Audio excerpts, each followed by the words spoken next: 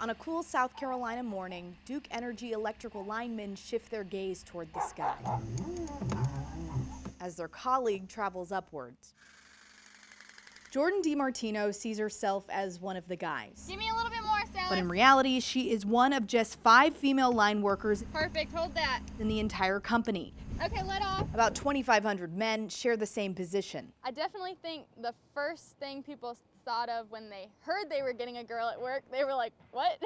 People lost their mind, like what's going on? The 22-year-old says she realized early on college wasn't for her.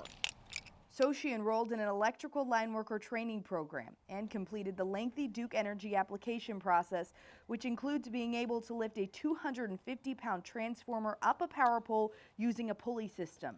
It's definitely something to be proud of. I think at the end of the day, no one handed this to me. I went through everything that the guys went through, and no one took it easy on me. Duke Energy is not the only power company with single-digit female line workers. Dominion Energy has 8 women. 8 of the 1,300 line workers it has in 3 states. In California, 7 of PG&E's 1,900 line workers are women, and across the 8 states it services, Xcel Energy has 2 women out of just over 1,000 line workers.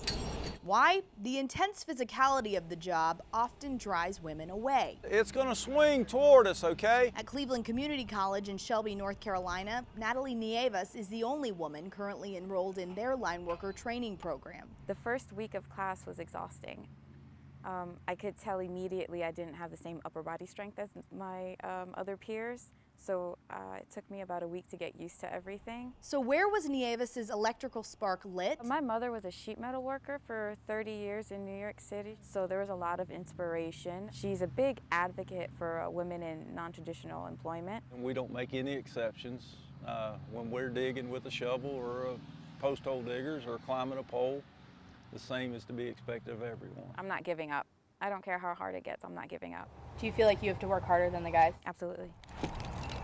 Both women admit they had to prove themselves to their male colleagues. Once they realized, I'm here to do a job, I'm not just here to, look pretty, they definitely warmed up to me. I'm succeeding in this class, not in spite of my femininity, but because of it.